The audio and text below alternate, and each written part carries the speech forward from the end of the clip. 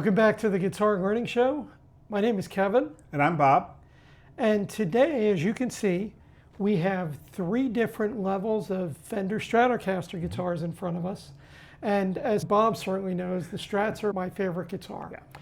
So I thought it would be interesting to take these 3 levels that I have and just do a spec comparison of them. There's not going to be any demo, there's not going to be any tones, and we're going to do our level best to not give too much of our opinion of the guitar, subjective data, and we're going to try really hard to stick to objective data. So we have compared specifications. We're going to look at different aspects of the individual builds and see how one level compares to the other. We're going to show you different parts of the individual guitars as we're talking about them, so you can see what we're talking about. And all in all, we hope to provide you with enough information to decide if you wanted one of these, which one you think would give you the most bang for your buck, which would be the most value for your hard-earned money. Yeah, and especially depending upon what you value, right? Everybody has different price thresholds. Some folks consider a $700 guitar to be the most expensive guitar they would buy. Some people get into custom shops into the many thousands of dollars. I do want to call out one important detail though. When Kevin said 3 levels of Strats that he has, he in no way meant all of the Strats that he has. Okay. off where you can't see, many more Strats. I do appreciate Leo's, was it 1954? Yeah. Yeah, his 1954 guitar. Not that I don't love the Teles. No, but these are great guitars. So we have a Player II, which is made in Mexico. We have an American Professional II. Now this one is a special edition. It's not the standard AM2. And then we have an Ultra II. So regarding this limited edition American Professional, we are going to discuss the specs that would be on the non-limited edition. When I was looking for an American Professional II, I happened to find this. I loved the candy apple red, and so I got a really great deal on it. We'll go over pricing in a little bit. Actually, that'll be one of the first things we cover. So, without any more delay, let's get started. Sure, let's do it. All right, we will start with pricing, and we're going to go from the Mexican to the American Professional II up to the Ultra with each category that we discuss, all right? So beginning with the Mexican, and we're gonna refer to the screen because there's a lot of data here and we don't have it all memorized, sorry. And at any rate, the manufacturer suggested retail at the moment is $879. And what we did was we looked at the average mint used price on Reverb at the moment to get an average used price. So the average used price of this guitar is $729. Now, when I purchased it, which was it was when they first came out. Right. I purchased it from Pro Audio Star as either an open box or a B stock, whatever they called it. And I paid $639 for this guitar. And it was boxed from Fender. Nobody had opened this guitar. So I essentially got a brand new guitar for about $240 less than what the average retail was at that time. That was that. And then the American Professional II, that one lists for $1,839. And this being a limited edition, it lists online at $1,899. I don't think they're available at all anymore outside of the used market. And then the Reverb used price for just a standard American Professional II was $1,629. Now, I found a Fire Mist Gold limited edition, and I also found a Candy Apple Red. There's just one of each, and they're both listed as mint. And the Fire Mist Gold is listing at $1,989, and the Candy Apple Red was listed at $2,072. And then just to give you an idea, when I bought this, I bought it from Chuck Levin's Washington Music Store, and they had a few in stock, and this one I believe was like a floor demo, and I paid $1,449, and it didn't look like it had been played much to Yeah. me. It was in great shape. The plastic was still on everything, so the pickguard wasn't scratched or any of that business. You want to go over the price of the last one? I'm sorry, Sure. I'm stealing everything. No, quite all right. So this is the American Ultra II. The MSRP on new is $22.99. The average used price, again, mint condition, we just looked at the mint condition guitars, is $18.99. And when you got this one, you got it for $14.70. Yeah. Which yeah. is crazy. It was. That one I bought from Franklin Guitar Works in Tennessee. And Franklin Guitar Works primarily resells Fenders, but they do have a few others, but mostly they do Fenders. And they buy guitars directly from Fender that Fender has sold and taken in within their return window, which I believe is 30 days, as a return. And Fender does not resell a return guitar. So they send them to a place like Franklin Guitar Works and they refurbish or they do whatever needs to be done, and then they in turn resell it. I was in contact with them and I asked them a lot of questions about this guitar, and because it was so inexpensive. So I was concerned that they had to do a lot to refurbish it. And he said all they did was change the strings and set it up, and there was not a scratch on it. Yeah. And true to his word, it's in brand new condition. Yeah. It was beautiful. And so P.S., I saved a lot of money on it, and so there we are. Yeah. Yeah, the deals are out there, and we can talk a little later about some of the strategies, but one of the things, we're recording this in May of 2026, and everybody talks about how terrible the used gear market is, nothing is selling. It's not really reflected in the prices that people are asking. You would think if nothing's selling, the prices would be rock bottom. They're not, but I think people are just willing to wait. But you can make offers, right? You can make offers, and if somebody's been sitting on it for a little while and you catch them the right day, you can probably, there might be something you can do. But we're both big fans of buying used gear, high quality used gear. Yeah, absolutely. And I think some of the deals can be found with actual retailers that are sitting on inventory as opposed to someone who owns the guitar. Because me personally, if I happen to decide to sell something, I'm less likely to take a very low offer for it because I don't need to turn it. Whereas if you own a business, you may want to get some of your money out of it and replace it with something else. Rent has to be paid, employees have to be paid. Yep. Okay. So when we talk about some of the specs on the guitars, there's a few things that are consistent across all of them. Obviously, they're all Stratocasters, they're all 3 pickup configurations. On these, they are all maple necks with, all of our samples here have different fretboard wood, but obviously some are available with maple fretboards. And we're going to talk about some of the, when we go through them, some of the details there. They are all alder body, and they all have 2-point tremolos. The tremolo arm, there's some differences there, but some of those things are very consistent. All of these also have a walnut skunk stripe on the back of the neck. And then, so those things are all consistent. And we're going to get into a little bit of the details of what makes them different though. I do that stripe on the back of the... Yeah. Yeah, and the funny part is that stripe on the back of the neck, if you have like these are ebony and that one's rosewood, if you have a different fretboard wood, the stripe was to have a place to put the truss rod on the solid maple necks. And it just became a thing for Fender, and so you don't need it on when we have a different fretboard wood because you're going to put the truss rod in and then put the fretboard on. Makes sense. But it's just become Fender's trademark, and lots of folks are unhappy when the guitars don't have it. I do like it. Yeah.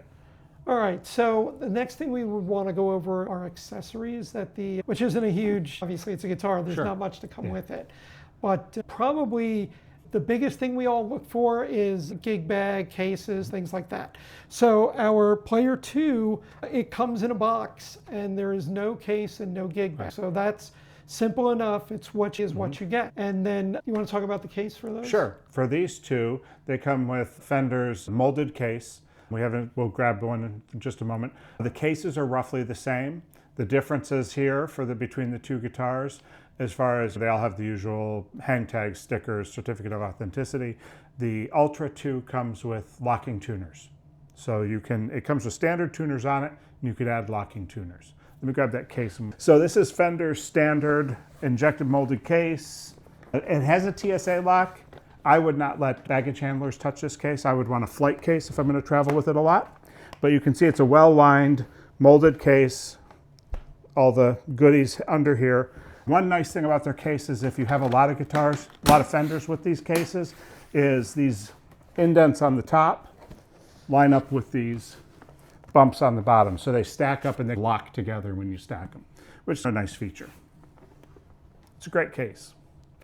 I actually used that once. We're here in Florida, and a year and a half ago we got hit with 2 hurricanes within a couple of weeks of each other, and they were both really serious.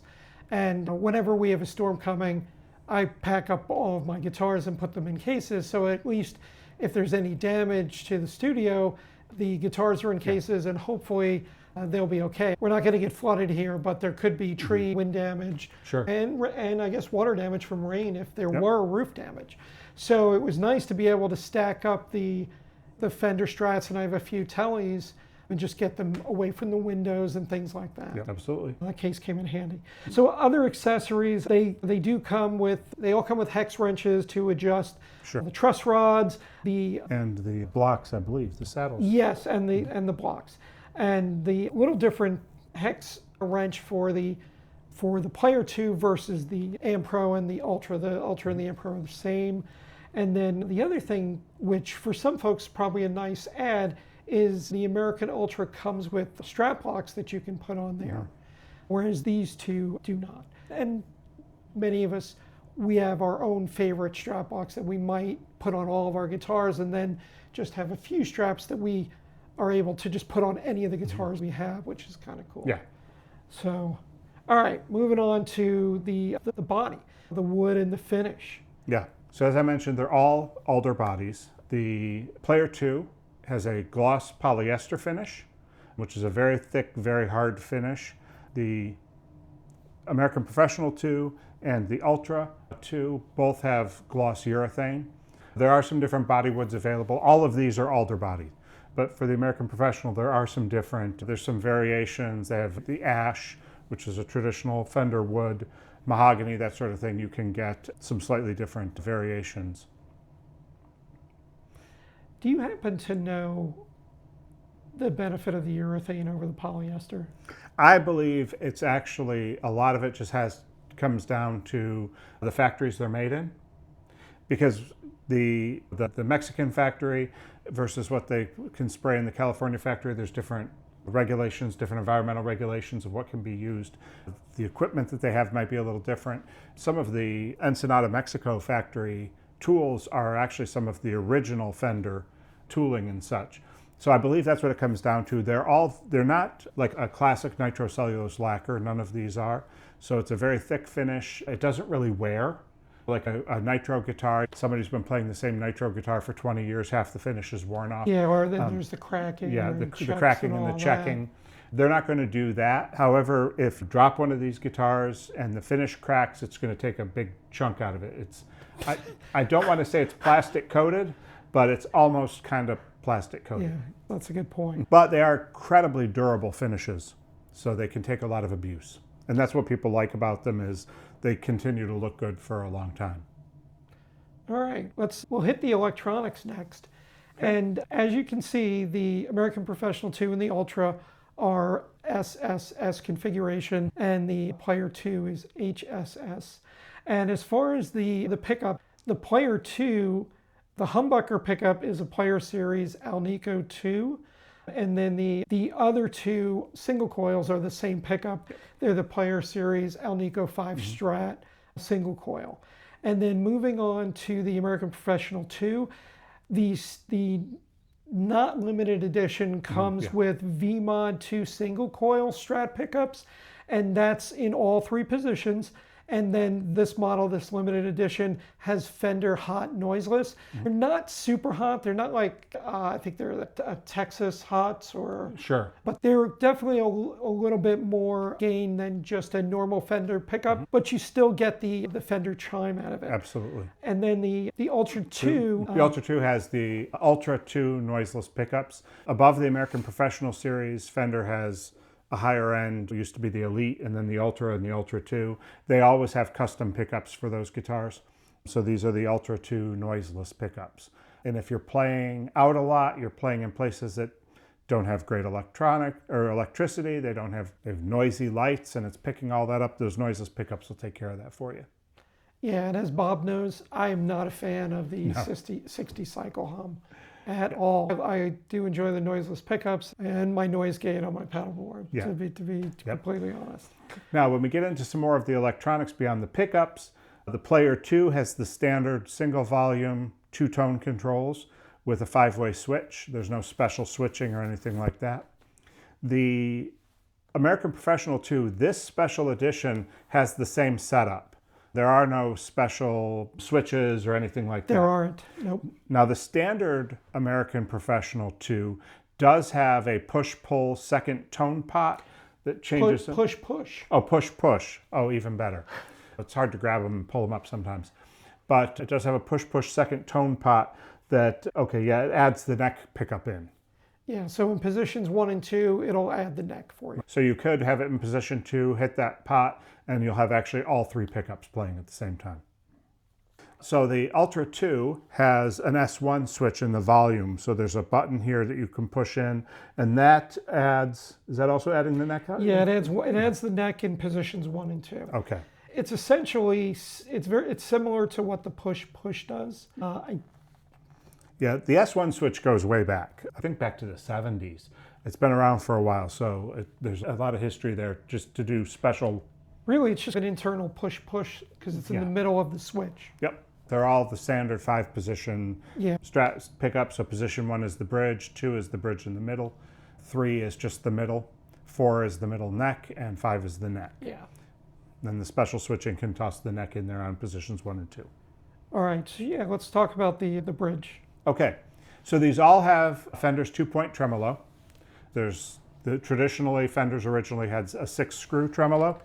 So if we say, instead of having 6 screws across the top here, there's just 2 screws, and it rests on there's a groove in the screws, and it rests on a knife edge in those grooves. The Player II and the American Professional II have bent steel saddles, which are the traditional saddles. I have noticed from my experience, they're not the same bent steel saddles. So they say Fender on them, they look the same. I don't know if it's the metal, they're a little lighter. They tend to be they can tend to buzz sometimes if you don't have them set up right. But they have the Player II and the American Professional II have the bent steel. The Ultra is a little different in that it has forged block saddles. One thing that is the difference between them is the tremolo arm. So the Player II has the traditional screw-in tremolo arm. The American Professional and the Ultra have push-pull tremolo arms. So you can just pull them right out. Honestly, I've considered changing the bridge just to have this tremolo arm that pushes and pulls right out. Yep. I don't love the mechanics of the screw-in tremolo arm. And there's a set screw here, if you push the bridge forward, that allows you to tighten it up so that it doesn't wobble. You can set your own level of tension, but it's right under here if you push it. It's in the block. These two have cold roll steel blocks. That has a stamped steel block. Some folks can hear a difference in the block. I can't always. There's obviously some differences that are aesthetic in the pickup covers and the buttons and things like that. Yep. We'll just leave it at that. Yeah. You can see what they look like, and that's more of a what do you like type of thing, and not really so much of an objective. I don't, Just other than the Go Ultra II, because these are normal hard plastic knobs, and the Ultra II, the knobs on that is a parchment soft touch knob. Okay. Which is to feel it and decide if you like it versus the others. Sure. But again, that's something that makes that guitar different. It's up to you whether you value that more or not, right? Absolutely. And then the other difference here is that the Player II and the American Professional II have the standard Fender plastic pickguard, a 3-layer pickguards, and the Ultra II is an anodized aluminum pickguard. We'll go over strings very quickly. Oh, okay. They all have the exact same strings. I think that's worth mentioning. Yeah. And they are all 9s on the high E and 42 at the low E. So they're all Fender brand all, string. Yeah. Mm-hmm.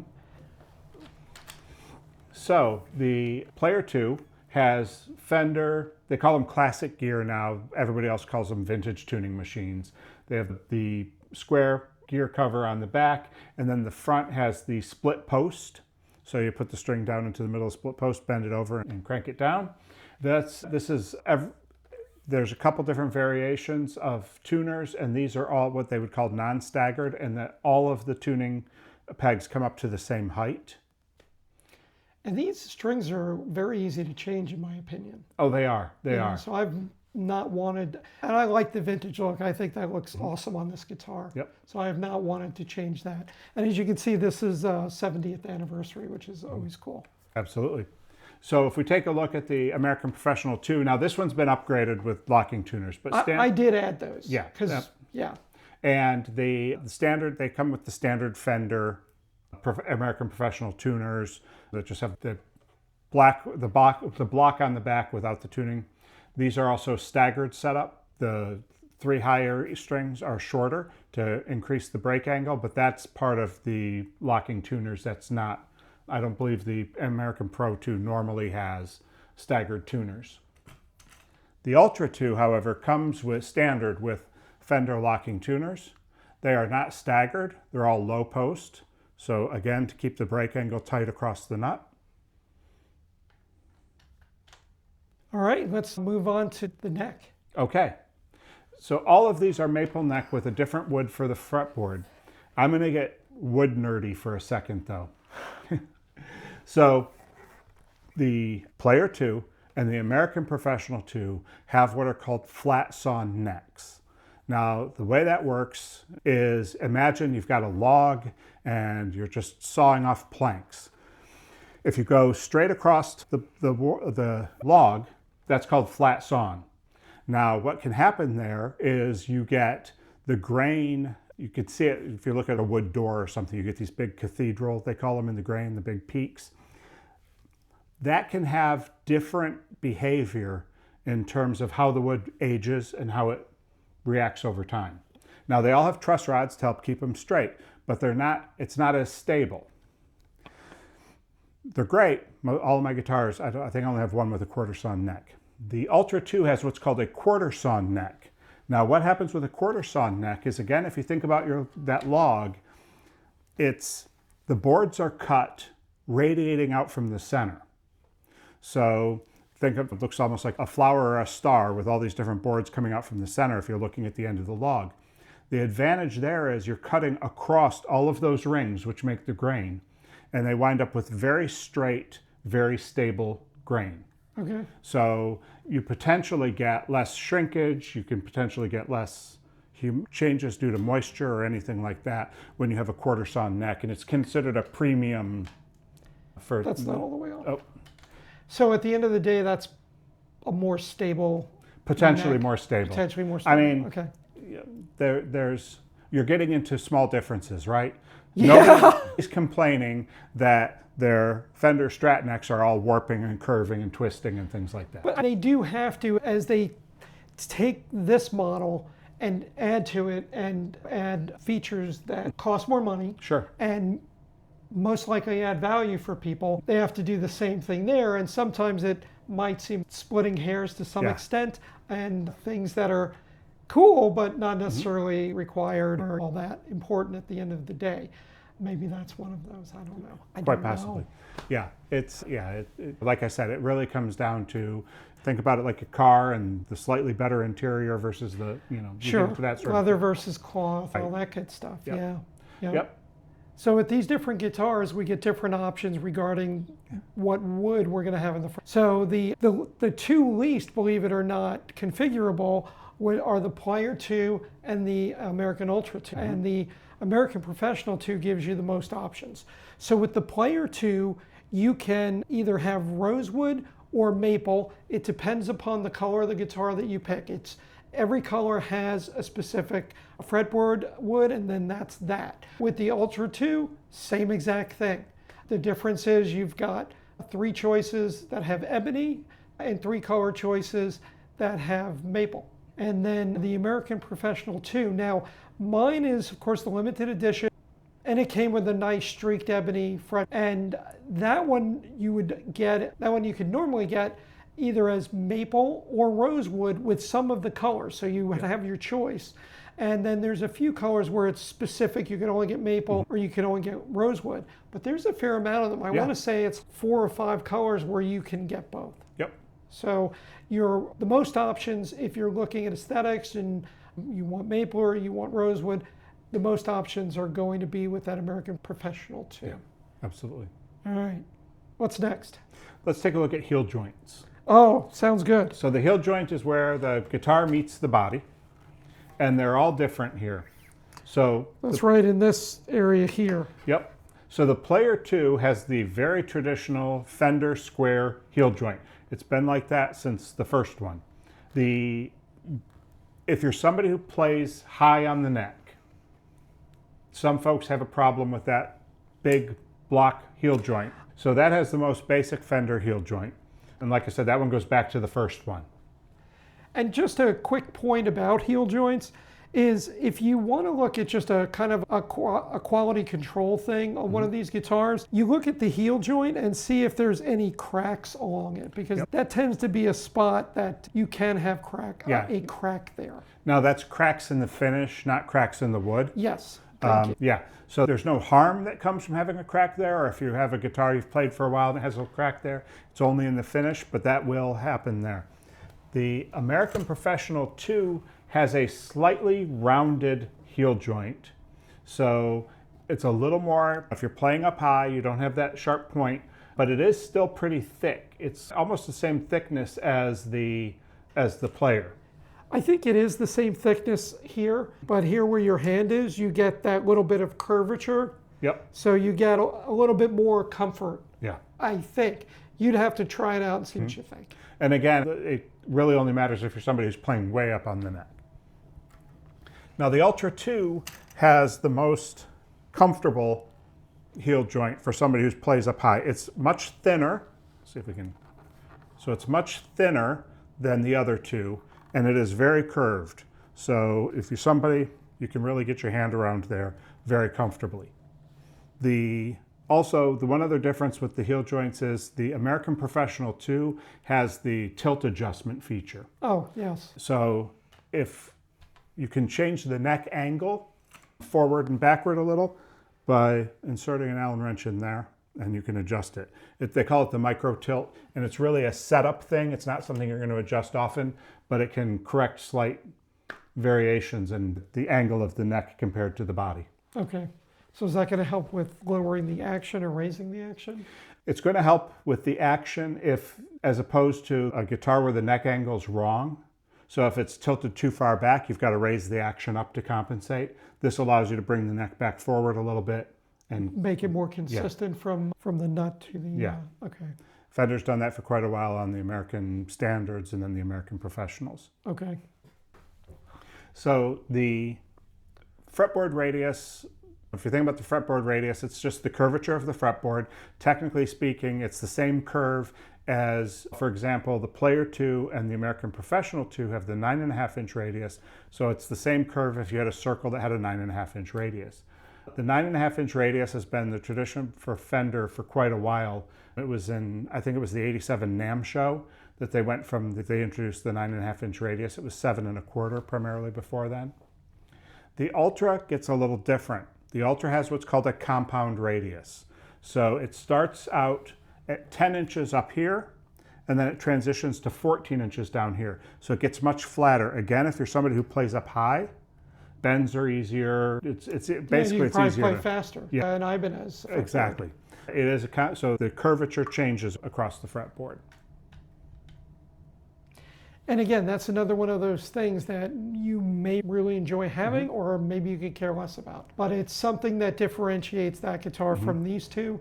And I feel like Fender they really have to, they're making these other models so well. Oh, absolutely. And adding so much to them that they have to do something to differentiate them. Yep. Yeah, there has to be something. If you go back in the history of the Made in Mexico Stratocaster, what they used to call the Fender Standard, they had ceramic pickups, they had a 6-screw tremolo. Right, yep. As they continue to improve at the lower end of their line, they have to do things higher up to make it worthwhile for folks. So the last thing I think we're going to talk about with the neck is the nut. So It's actually not the last thing. We've Oh, got okay. the side dots and You're right? Okay, I'll start back up. Okay. The next thing we want to talk about on the neck is the nut. So the nut is here, it's where the string, it's essentially, the bottom edge of the nut is essentially the end of the string in terms of playing anything, because what happens past this point doesn't really matter for tone. They're actually, all three have different nut materials. This is, they call it synthetic bone. I think it's PTFE plastic. It's a plastic nut. It's fine, works great. The American Professional has a bone nut, and it is, lots of folks prefer it. Some people say they can hear a difference in the tone.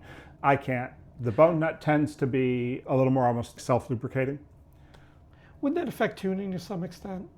Yeah, because now it can affect tuning, but if you have tuning related to the nut, it's usually because the string is binding. Okay, so that needs to be filed out a little bit. Yep. A lot of folks think that locking tuners help with tuning stability and such. They don't. I'm not one of those people. I just like the string changes with the locking It's a whole lot tuners. easier with locking tuners, absolutely.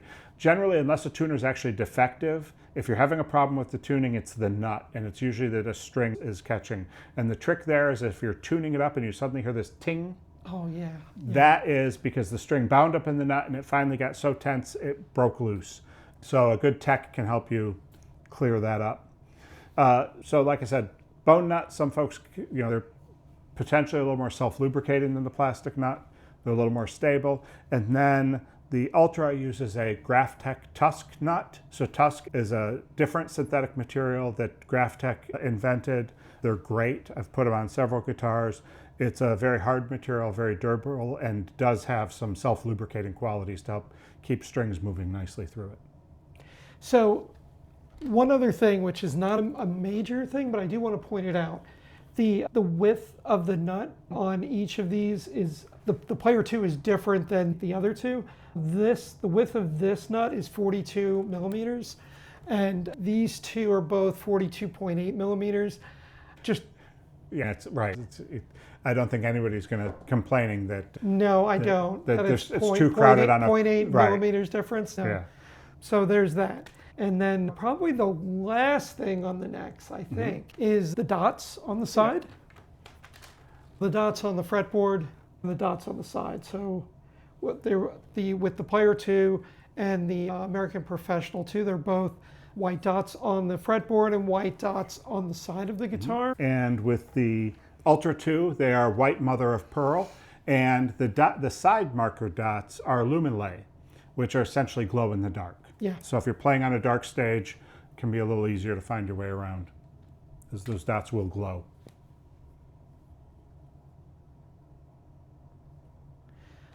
I lied. There is one other thing that we want to talk about on the fretboards. The neck is the part of the guitar that you interact with most, so there's lots of details. No doubt about it. Yep. All right. So these Fender necks all have rolled edges. So this is a comfort feature, and the neck might feel better for you going up and down and playing just because of those rolled edges. Yep. And as far as, are any of them rolled any differently? It's hard to tell. I think the American Professional II and the Ultra II are a little more rolled, I think. And I know we said we were going to try to stay out of subjective. It's hard to tell. It is hard to tell, and it is more comfortable. If you've ever played a guitar, maybe it has a very sharp edge to the neck. The rolled edges are much more comfortable. Yeah. Okay, you can see things look a little different. We brought in a scale. We wanted to weigh the guitars.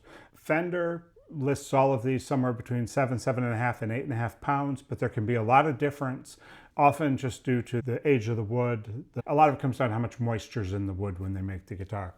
So there's a variation. For some folks, weight is very important. I will not buy a guitar without either holding it myself or knowing the weight in advance, because I don't like heavy guitars. But for other folks, it's not an issue. All right. So let's have the weigh-in here. So this is the Fender Player II.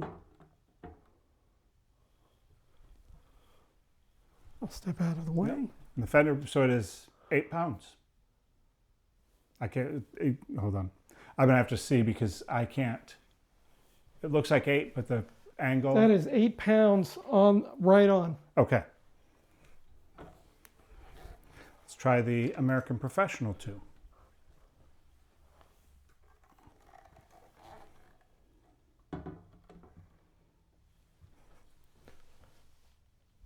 This one is, Also 8 pounds. it is also 8 pounds. Okay.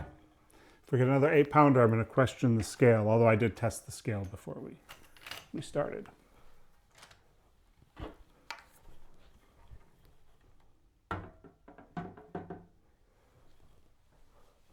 Looks like 0.5? 8.5. Okay. We have a winner.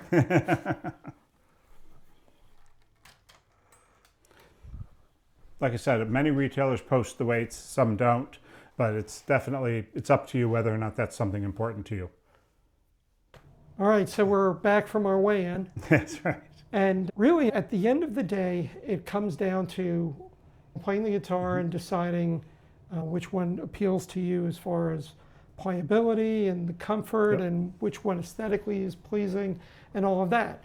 But we do like to get a good value. As we talked about in the very beginning of the video, I talked about how I bought each one of these at a pretty decent discount. Sure. Relative to what even their use costs would be, but definitely relative to what the retail pricing was. Absolutely. And so the challenge is to figure out where are you getting the most bang for your buck, where are you getting the value. And as Bob mentioned at the very beginning, these three guitars have many features that are the same. Yeah. And that several years ago, the Player Plus or the Player wouldn't have had those types of it wouldn't have had the same features as this one does. Nope. So the question becomes, how do you determine what is the best value? Yeah. Now, part of it's going to come down to, for example, what can you get the guitars for, right? Very few people, if they could get this guitar for the same price as that guitar, very few people would pick that guitar. Some may. But the question becomes, like I said, what can you get? Now, in the used market right now, there's opportunities to make offers and potentially get deals. One thing to keep in mind, though, is you are going to get, in terms of dollars, you're going to get have a better chance of getting a bigger discount on a higher end guitar. Because you have to imagine, if they're asking $1,800 for this and you ask for $100 off, it's very different than if they're asking $700 for this and you ask for $100 off. But like I said, it really comes down to what's important to you in terms of the best bang for the buck. I think we should break our subjectivity and give our opinions. Break our subjectivity. I mean, our objectivity rule and give our opinions. We'll have to be a little bit subjective in order to determine best value for the dollar spent. And then it becomes, are we talking about the retail dollar or the used dollar? Yeah, if you're not comfortable with used equipment. And at the end of the day, the retail price is usually not what you would pay. You can usually get at least $100 off of a $2,200 guitar, and sometimes even 10%, which would be about $200, $220. It depends on just many factors with that particular retailer. Yeah, and part of it also comes down to, what are you going to do? Are you playing primarily in your bedroom, or are you on a stage 4 nights a week? Are you more of a cowboy chord and pentatonic scale, first position pentatonic player, or are you somebody who's playing high up on the neck quickly? And the other thing is, if you buy a certain level of guitar, are you interested in personalizing it and making upgrades? Like maybe decide there's a pickup set that you absolutely love and you really want to put them in a Strat, and you decide, rather than spend $2,200 on an American Ultra, but I'm only going to change the pickups, I might as well get the Mexican Strat and change those, or maybe even the American maybe even the American Professional II, if you can get a really good deal on it, to where it makes it worth doing those things. And I've upgraded the locking tuners. About a year ago, I was able to, I found some locking tuners that were like $40 each, and I bought, I think, 6 of them to upgrade a few of my Strats. I love the locking tuners. Otherwise, I wouldn't have done anything to this. I really enjoy the pickups. I'm okay with the fact that it doesn't have the push-push wiring. This is, to me, a great guitar by itself. And with the price that I paid, which was $14.49, I'm very happy with that value per dollar in that guitar. I agree. I agree. This is a guitar you could be on stage 4 nights a week with without any issue whatsoever. It's going to sound the way you need it to sound, provided you like how the pickups sound. It sounds great. It's reliable. It has all the adjustments you need. There's a lot to love about it. There's a reason it's by. And it's comfortable to play. The rolled fingerboard, which they all have, but also the contoured heel is nice. And this, I'll just tell you guys, I think I have 6 or 7 Stratocasters, and I play all of them. But this one I actually play the most. Yeah. That's really what a lot of it comes down to, right? Is what is going to be what makes you want to pick it up. Yeah. Although honestly, I love to play. I'll pick up any guitar and play it. I don't care. I just love to play. Yep. There's a fair amount of information on the internet where folks are discussing this particular thing, and there's a lot of people who come to the conclusion that the Player II might give you the most value for your money. I would submit that you get a really complete guitar in this, and I paid $629, which was a steal. But even if it's 7 something, I think 9 was the used price. Even if you pay that, you're getting a lot in that. It's got really nice sounding pickups. Those tuners, they're very nice looking. You get a very nice package in this guitar and some features that are similar to these higher end Fenders. So I would say if you're just starting out and you want to get a Fender and your budget's somewhere in the $500 to $700 neighborhood, that this would be something that you might want to look at. Especially if you're going to want to, as you brought up, personalize it, customize it as you go. You want to learn how to wire pickups and make changes. You can't go wrong with that. I had a Player I series. I think they've dramatically improved for the Player II. Yeah, I agree. I had looked at the Player I series and I just couldn't pull the trigger on it. And this one I was like, wow, this really, they've done some interesting things with it. And so. Yeah, it's the vintage, it has what we call a vintage tint on the back of the neck, as opposed to the Player I was a very white maple. The vintage tuners are great. The improved pickups are great. And it's a very slippery satin neck, man. You can go up and down this thing just fun. It's really comfortable to play. So yeah, if you're somebody who wants to customize or potentially customize in the future, fantastic guitar to start with. It makes a lot of sense, like you said. If you're going to customize, maybe look at that as opposed to one of the higher end guitars. If you're buying a $2,200 guitar, you're probably not going to want to change it. I don't want to change a thing on that guitar. And I love that guitar as it is, fortunately. I didn't get it and go, oh man, I don't like these pickups. So fortunately for me, I don't want to change anything, because you start adding pickups, $400 more money, and your guitars, the deal I got at $1,479 is now up to the average used price, which wouldn't be the end of the world either. But I do love the fact that I kind of got a great deal on it. Yeah, but if you're going to buy a guitar that's this expensive, you're only going to want to buy a guitar that you love everything about it. Again, we're giving some opinions, but at the end of the day, it is based. The one that has the most value is very personal, and if I were to pick which one has the most value for the money, it would probably be the American Ultra, because I got such a great deal on it. But if I'm going to pick the most value for the one that I enjoy playing the most, it is going to be the American Professional 2 Limited Edition. It's one of my favorite guitars to play. Yeah, absolutely. And the Fender Player II, I do play it, and if I'm going on vacation, I want to take a guitar, I'll take this one, and it's great to play. So if I'm going out of the house for any kind of you can't go wrong. Playing, you just can't go wrong. It really comes down to what's important to you, how they feel to you. If you can, try them, especially the neck. How's that neck feel to you? These have the standard Fender C shape. This is what they call a D-shaped neck, so it's a little flatter in the back. Different people like different things in terms of the neck feel. Yeah, and our hands are all different sizes and all that good stuff. So the necks are so important. To try the guitar, a big part of it is to have a comfortable neck for you. I think we've officially said everything that can be said about these guitars at this point. No, there's a lot more minutia we could have gone into, but hopefully we've covered the points that will be interesting to you. And if you have any comments or suggestions or any questions for us, please drop them in the comment section below.